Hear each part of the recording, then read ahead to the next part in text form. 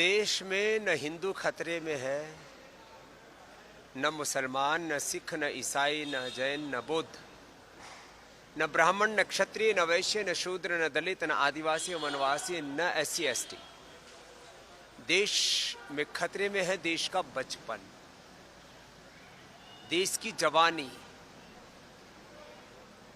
देश का वर्तमान और देश का भविष्य, देश की प्रकृति, देश की संस्कृति और सभ्यता, देश की अखंडता और संप्रभुता। इसलिए मैं इस समय सबसे बड़ा कोई देश का मुद्दा मानता हूं तो ये कि देश का बचपन कैसे बचे।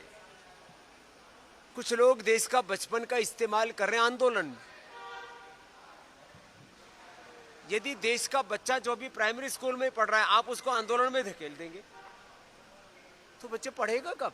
उसको पता ही नहीं कि आंदोलन क्या होता है। आपने उसको फूंक मार दी कि जा तू भी जा करके थाने का घेराव कर ले, तू भी सड़क पे उतर जा, तू भी ADM और DM का घेराव कर ले। छोटे बच्चों को आंदोलनों में नहीं धकेलना चाहिए, पूरी दुनिया में कहीं नहीं होता। आंदोलन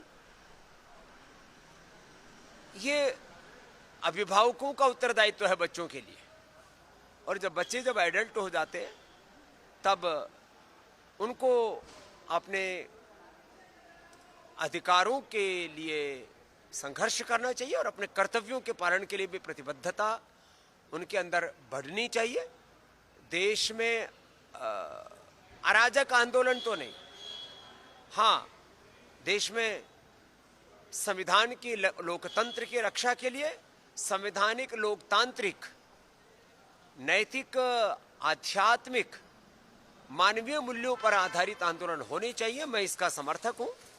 आंदोलन के नाम पर अनार्की, अराजकता भी नहीं होनी चाहिए और बच्चों का आंदोलन में इस्तेमाल नहीं होना चाहिए। हाँ इतना जरूर है कि देश की शिक्षा की, चिकित्सा की सही दिशा होनी चाहिए और देश की शिक्षा चिकित्सा व्यवस्था को लेकर के बहुत गहरे प्रश्न हैं, उनका समाधान होना चाहिए। और ये मैं मानता हूं कि इसमें सरकारों का भी बहुत बड़ा उत्तरदायित्व है, लेकिन इसमें यह भी मानता हूं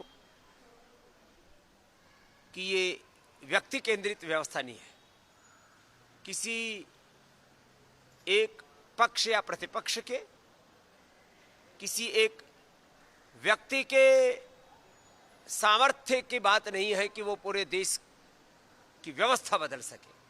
इसके लिए 3 स्तर पर जागरूकता चाहिए। एक सामाजिक जागरूकता, एक राजनीतिक जागरूकता, तीसरी प्रशासनिक रूप से जागरूकता।